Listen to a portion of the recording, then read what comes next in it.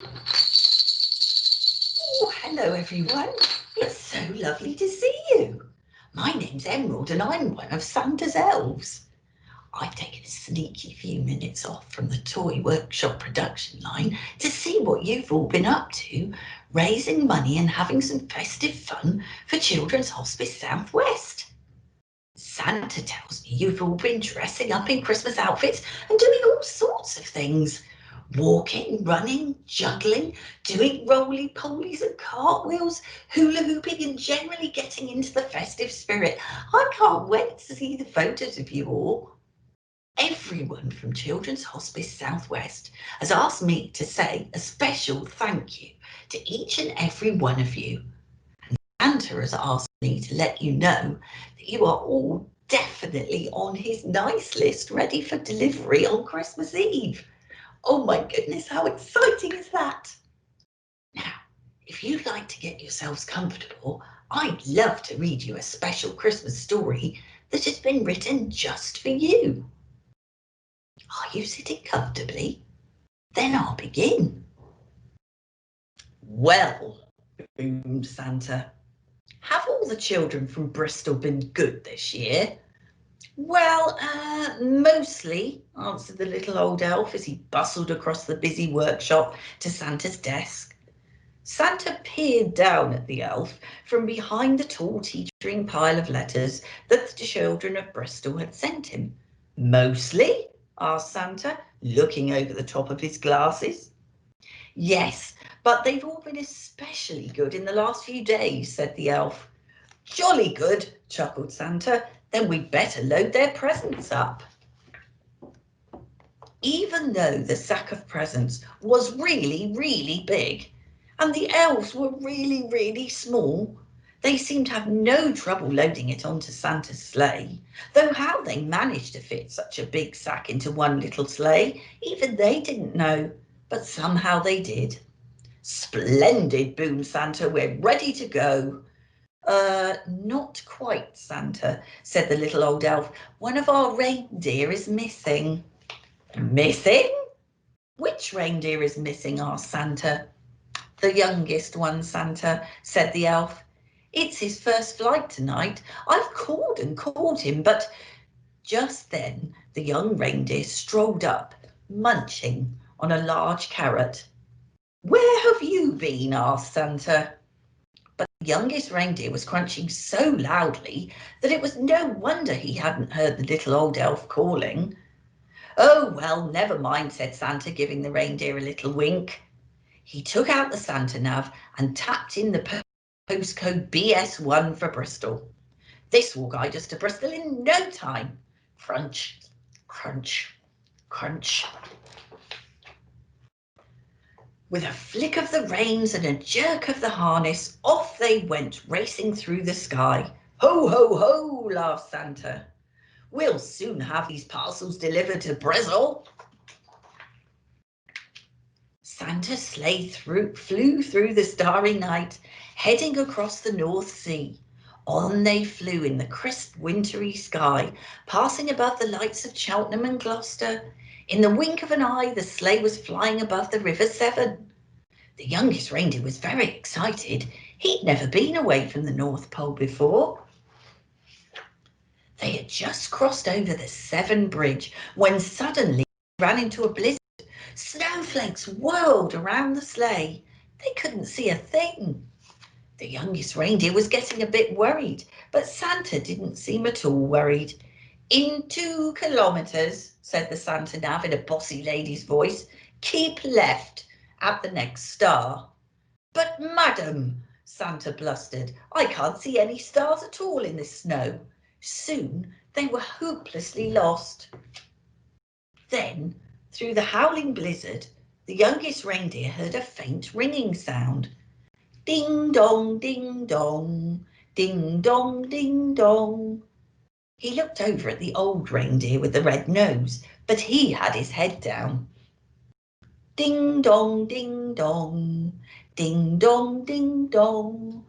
There was that sound again, like clock chimes ringing. The youngest reindeer turned around to look at Santa, but Santa wasn't listening. He seemed to be arguing with the little box with the buttons on it. With a flick of the harness and a jerk of the reins, the youngest reindeer gave a sharp tug and headed off towards the sound of the chimes, pulling Santa and his sleigh behind him. "Whoa!" cried Santa, pulling his hat straight. "What's going on?" Then, to his surprise, he heard the ringing sound. "Well done, young reindeer," he shouted cheerfully. "It must be St. Mary Redcliffe.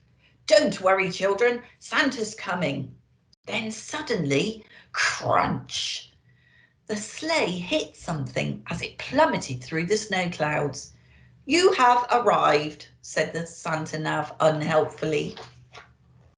Finally, when the snow had died down and the clouds parted, Santa discovered exactly where they were. Stuck right at the top of the Wills Memorial Building. "Everybody pull!"